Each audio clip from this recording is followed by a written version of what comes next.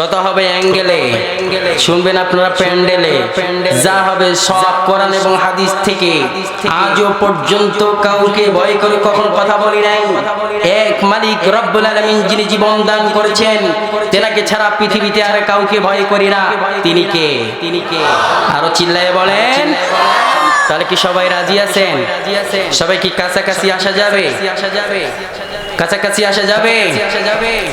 যারা আসবে না, এই ফাঁকা মানে জায়গাগুলো ভরপুর করবে না, বুঝতে হবে এর শরীরে আবু জেহেলের রক্তের কিছু অংশ পাওয়া যায়। ঠিক কিনা? সবাই একটু লিল্লাহে তাকবীর, লিল্লাহে তাকবীর।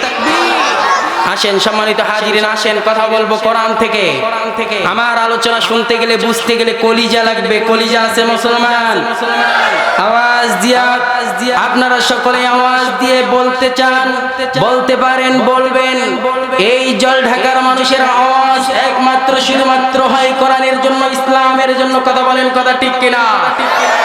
এই আওয়াজে জানি বাতিলরা জানি কাঁপতে বাধ্য থাকে। আজও পর্যন্ত যারাই কোরআনের বিরোধিতা করেছিল, ইসলামের বিরোধিতা করেছিল, আজও যারা ইসলামের ছায়াতলে যারা আসতে পারে নাই, আমি এই কথাই বলি, এখনো সময় আছে, কালিমার ছায়াতলে চলে আসো।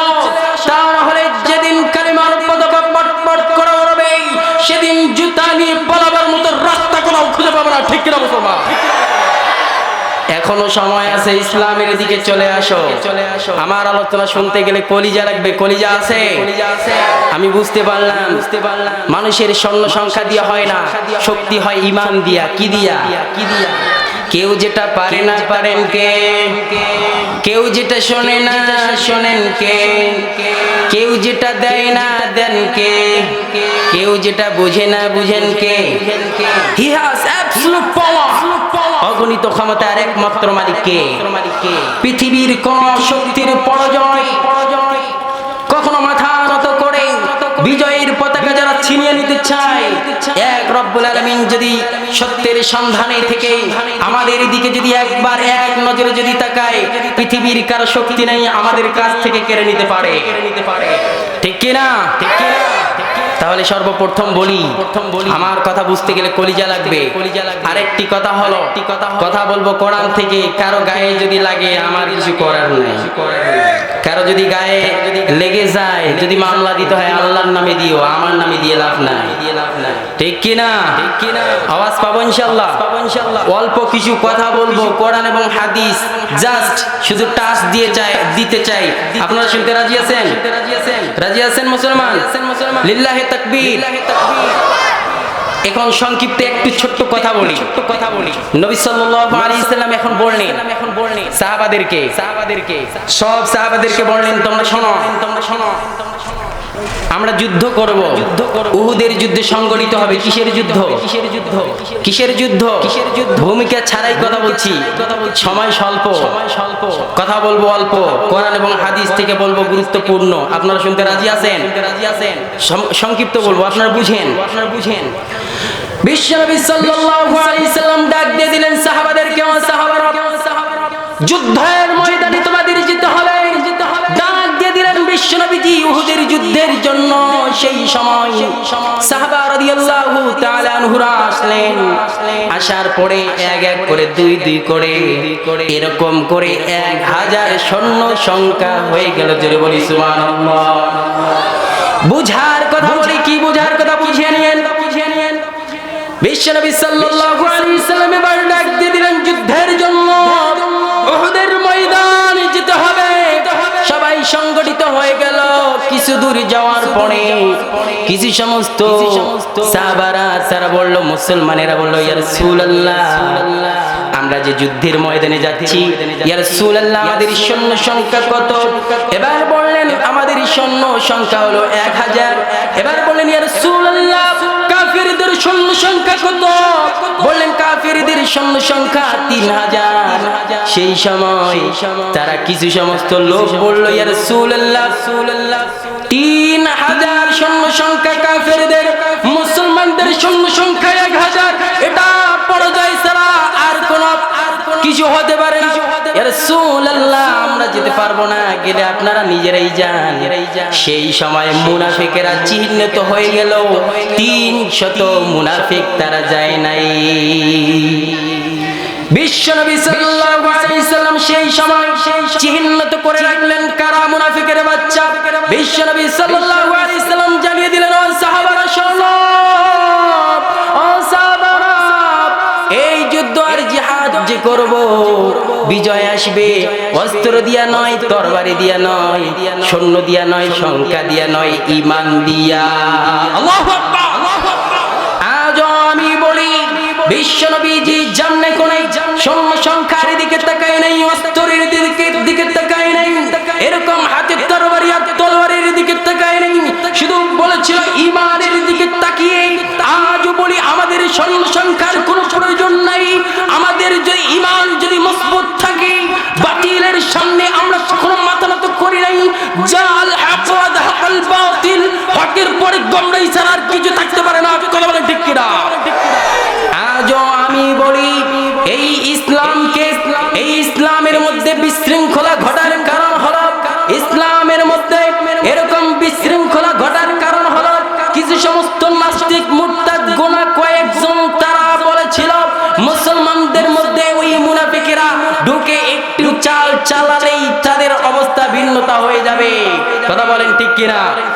আজও যারা মুসলমানদের ভিতরে ঢুকে তারা এরকম করে পায়তারা চালায়, এদের শরীরের রক্ত পরীক্ষা করে দেখেন, এরা মুনাফিকের বাচ্চা ছাড়া আর কোনো বাচ্চা হতে পারে না। ঠিক কিনা মুসলমান?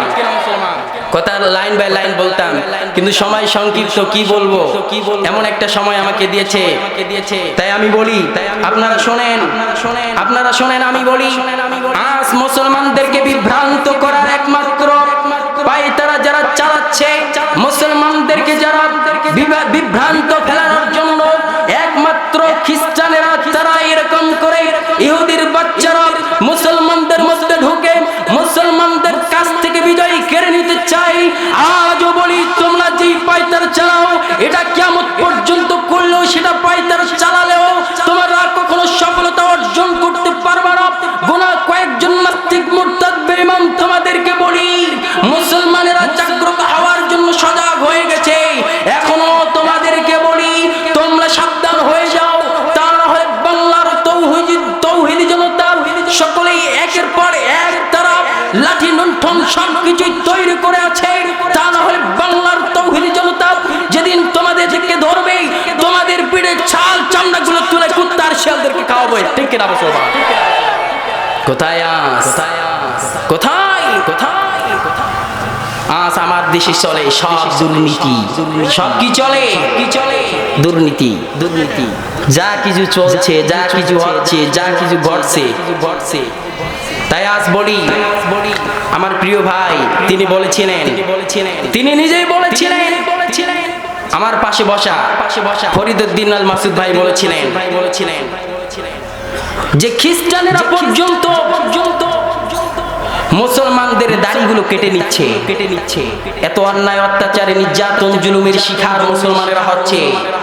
তাই আমি বলি, ইসলামের বিজয়ের পতাকা অতি শীঘ্রই পট করে উঠবে। ঠিক কিনা?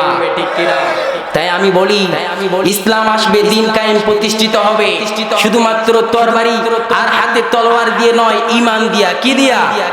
ঈমান দিয়া। আসেন অল্প কিছু আলোচনা করি। কোরআনের যে আয়াত পাঠ করেছি সেই আয়াত অনুপাতে বলি। রব্বুল আলামিন কোরআনুল কারীমে ঘোষণা করে বলেন, ওয়ামান লাম ইয়াহকুম বিমা আনজালাল্লাহু ফাউলাইকা হুমুয যালিমুন।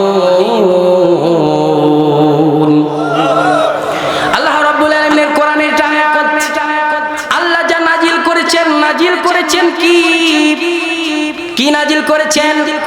এই কোরআন অনুপাতে যারা বিচার করবে না তারা হলো জালেম। তারা কি?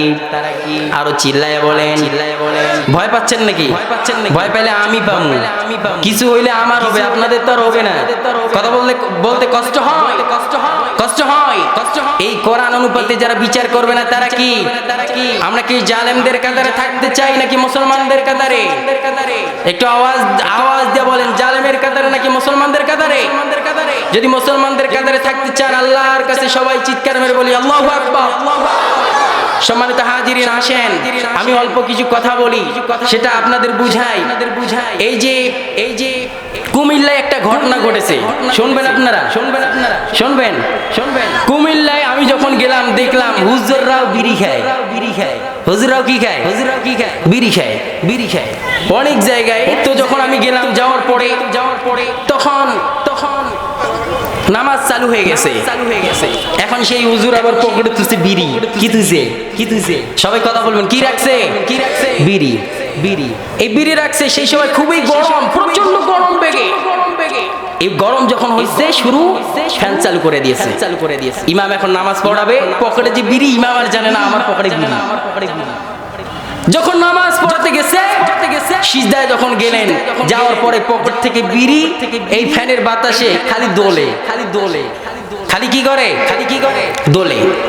এখন ইমাম এখন মুসিবতে পড়ে গেছে। হায় রে, যদি আমি এই বিড়িটা যদি না কুড়াই, আর যদি মুক্তাদি দেখে আমার চাকরি বললে কষ্ট হয়। আমার চাকরি নাই। এবার ইমাম এখন চিন্তা করলো, যা হয় হোক, সবাই তো সিজদায় গেছে, বিড়িটা আগে কুড়াই। এরকম কিছু শয়তান আছে না পিছনে। বুঝার ক্ষেত্রে বলছি, আমার যে লাইন বাই লাইন কথা ছিল আসলে সব এলোমেলো হয়ে গেছে। আমি নিজেই বলি, কারণ এত সংক্ষিপ্ত সময় কথা বলা, এত ধারাবাহিকতা কি বলবো আপনাদের, একটু টাচ দিয়ে যাই। যখন সিজদায় গেছে, বিড়ি খালি দোলে। সেই সময় এখন ইমাম চিন্তা করলো, হায় রে, যদি মুক্তাদিরা দেখে মান সম্মানিত সব শেষ। এখন সেই সময় সিজদা তুলে বিড়ি কুড়াতে গেছে। পিছন দিক থেকে মুক্তাদি এবার ধরছে টানে। থাম রে থাম, বিড়ি পড়ে আগে সিজদা দে। কি বলে? আরে থাম আগে, বিড়ি পড়ে আগে সিজদা দে। এরকম কিছু শয়তান আছে না? তাই আজও বলি, আমরা যতই বড় গলায় উচ্চ কণ্ঠে আমরা বলি, মদ হারাম, জিনা ব্যভিচার করা যাবে না, অন্যায় অত্যাচার নির্যাতন জুলুম করা যাবে না, তামাক হারাম। আমরা যতই বক্তারা চিল্লাই কথা বলি, ওই জায়গায় থেকে যদি আইন যদি পাশ হয়ে যায়, আমার মনে হয় ওই দিন থেকেই সব বন্ধ হয়ে যাবে। ঠিক কিনা? আমরা যতই বলি তোমরা মুসলমানদের উপর অন্যায় অত্যাচার নির্যাতন জুলুম আর করো না, ওই সময় অর্থাৎ সেই সংসদ ভবন থেকে যদি এই আইন যদি পাশ হয়ে যায়, যেই দিন থেকে এই আইন পাশ হয়ে যাবে, বলবে আজকের থেকে মদ নিষিদ্ধ, মদ হারাম, আজকের থেকে নিয়ে সুদ হারাম হয়ে গেছে, আজকের থেকে নিয়ে যারা জিনা ব্যভিচার করবে তাদেরকে বাইতুল মুকাররমের সামনে তাদেরকে কি সমস্যা কি? নারায়ণ